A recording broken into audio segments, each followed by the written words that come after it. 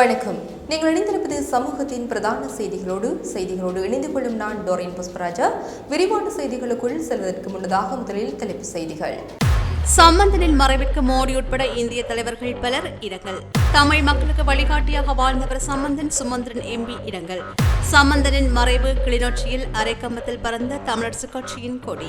பதில் சட்டமா அதிபராக பாரிந்த ரணசிங்க பதவி பிரமாணம். கொலைகாரனால் நீதி வழங்க முடியுமா? யாழில் காணாமலாக்கப்பட்டவர்களின் உறவுகள் போராட்டம். இலங்கையில் சிறைபிடிக்கப்பட்ட இந்திய மீனவர்களை விடுவிக்க கோரி கடலில் வெடித்த போராட்டம். தந்தையை அடித்து கொலை செய்த மகன். இலங்கையில் நடந்த பயங்கரம். கொழும்பிலிருந்து அதிக பயணிகளுடன் சென்ற ரயில் மீது கல்வீச்சு தாக்குதல்.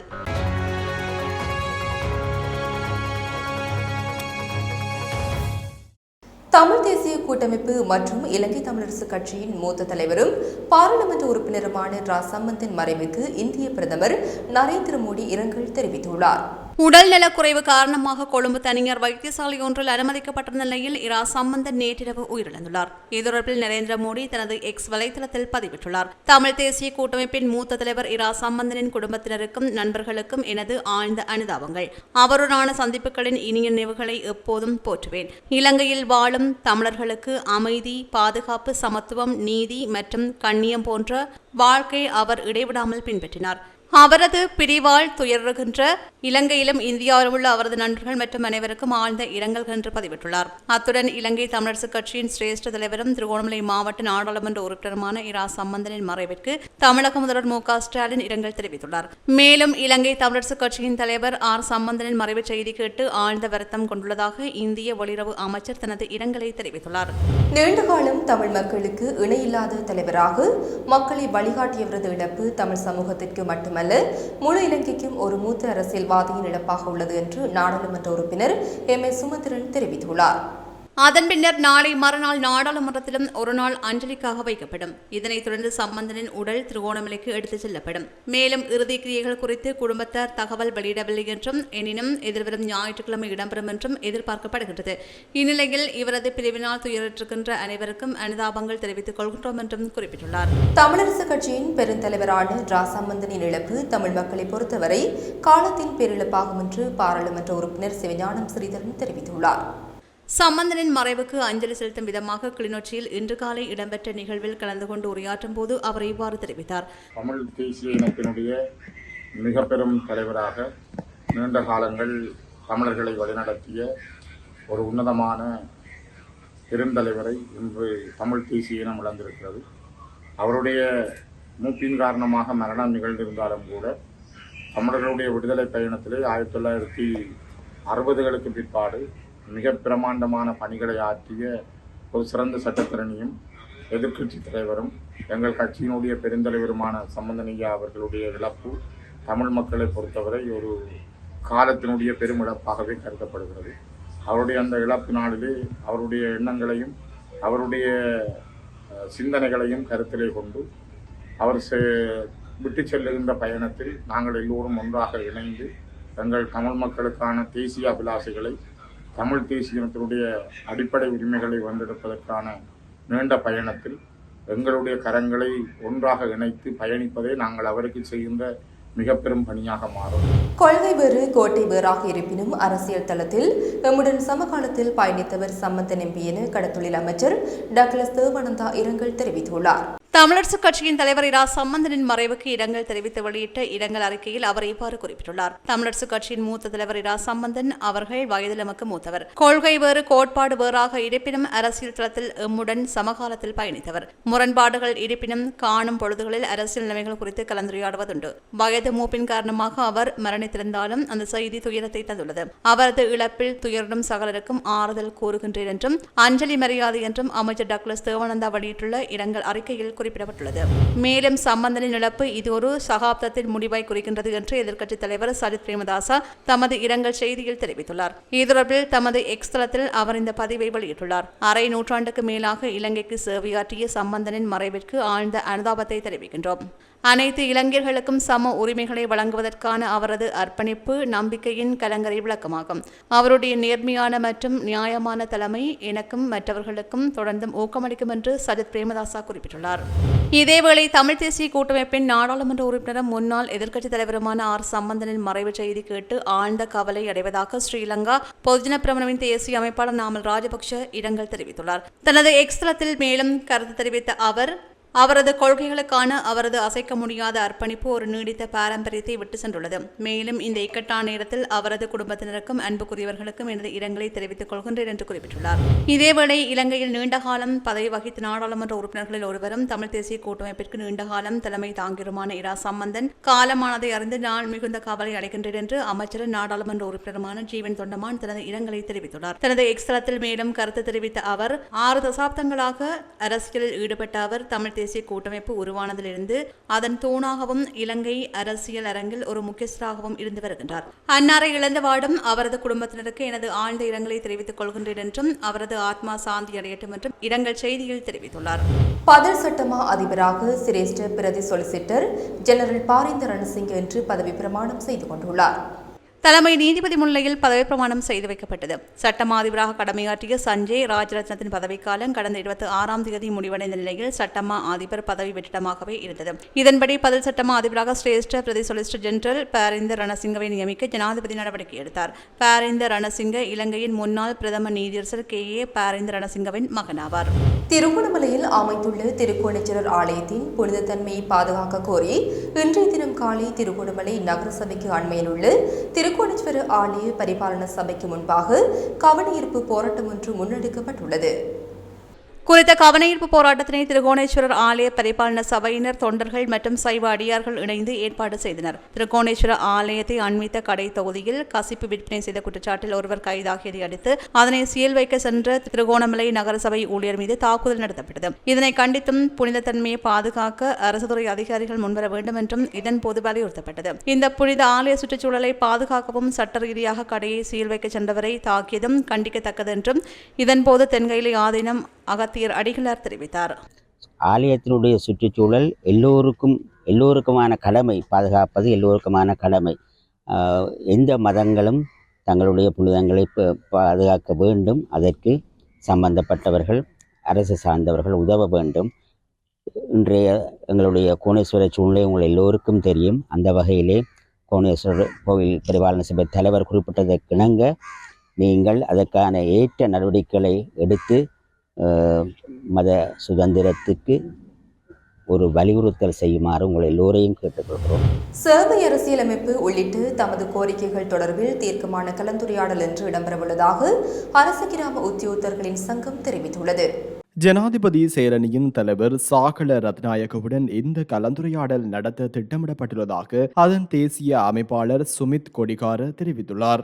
எவ்வாறாயினும் உரிய கலந்துரையாடலின் ஊடாக தமது பிரச்சினைகளுக்கு நியாயமான தீர்வு கிடைக்காவிடின் தொடர்ச்சியான வேலைநிறுத்த போராட்டத்தில் ஈடுபடவுள்ளதாகவும் சுமித் கொடிகார குறிப்பிட்டுள்ளார். வடக்கு கிழக்கு வலிந்து காணாமல் ஆக்கப்பட்டவர்களின் உறவுகளின் ஏற்பாட்டில் ஜாலில் இன்று போராட்டம் முன்னெடுக்கப்பட்டுள்ளது. குறித்த போராட்டம் யாழ் மாவட்ட செயலகம் முன்பாக முன்னெடுக்கப்பட்டது. இப்போராட்டத்தில் நாங்கள் கேட்பது இழப்பீட்டையோ மரண சான்றிதழையோ அல்ல, முறையான நீதி விசாரணையே எமக்கு தேவை. பிள்ளைகளை தினம் தேடிக்கொண்டே நீதியின்றியே இறந்து கொண்டிருக்கிறோம். கொலைகாரனால் நீதி வழங்க முடியுமா போன்ற வாசகங்கள் பொறிக்கப்பட்டு தமிழ், ஆங்கிலம் மொழியிலான பதாதைகள் கையில் ஏந்தி கண்ணீருடன் கவனஈர்ப்பு போராட்டத்தில் ஈடுபட்டனர். குறித்த போராட்டத்தில் வலிந்து காணாமல் ஆக்கப்பட்டோரின் உறவுகள், குரலற்றவர்களின் குரல் அமைப்பினர், அரசியல் கட்சிகளின் பிரதிநிதிகள், பொதுமக்கள் உள்ளிட்ட பலரும் கலந்து கொண்டனர். எல்லை தாண்டி மீன்பிடித்த குற்றச்சாட்டில் 25 இந்திய மீனவர்களை இலங்கை கடற்படையினர் கைது செய்ததை கண்டித்தும் அவர்களை விடுதலை செய்ய கோரியும் தமிழ்நாடு பாம்பன் மீனவர்கள் கடலில் இறங்கி போராட்டம் ஒன்றினை இன்று காலை முன்னெடுத்துள்ளனர். அதேவேளை கைது செய்யப்பட்ட மீனவர்களையும் உடனடியாக விடுதலை செய்ய கோரி பாம்பன் சாலை பாலத்தில் மீனவர்கள் வீதி மறியல் போராட்டத்தில் 1 மணி நேரத்திற்கு மேலாக ஈடுபட்டனர். மீனவர்களின் வீதி மறியல் போராட்டத்தால் மதுரை தனுஷ்கோடி தேசிய நெடுஞ்சாலையில் நீண்ட நேரமாக போக்குவரத்து பாதிக்கப்பட்டது. அதேவேளை கைது செய்யப்பட்ட மீனவர்களை விடுவிக்குமாறு கோரி சிறை பிடிக்கப்பட்ட மீனவர்களின் உறவினர்கள் மற்றும் நாட்டு படகு மீனவர்கள் கடலில் இறங்கி குறித்த மீனவர்களை விடுவிக்க கோரி ஆர்ப்பாட்டத்தில் ஈடுபட்டனர். இதனை அடுத்து அதிகாரிகள் நடத்திய பேச்சுவார்த்தையின் அடிப்படையில் மீனவர்கள் தங்களது போராட்டத்தை தற்காலிகமாக ஒத்தி வைத்துள்ள நிலையில் மீனவர்கள் விடுதலை செய்யப்படாவிட்டால் போராட்டம் தொடரும் என அறிவித்துள்ளனர்.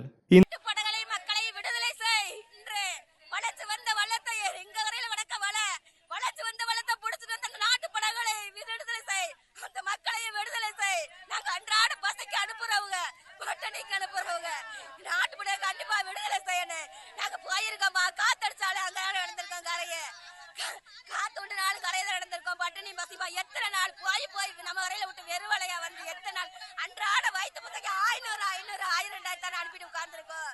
எதுக்கா எங்களுக்கு இந்த கலை எங்க நாட்டு. அனுராதபுரம் எப்பலோகம போலீஸ் பிரிவுக்கு உட்பட்டு கிரிப்பிட்டியாகம பகுதியில் மகனால் தாக்கப்பட்டு தந்தை ஒருவர் கொலை செய்யப்பட்டுள்ளதாக எப்பலோகம போலீசார் தெரிவித்துள்ளனர். இந்த சம்பவம் நேற்று ஞாயிற்றுக்கிழமை மாலை இடம்பெற்றுள்ளது.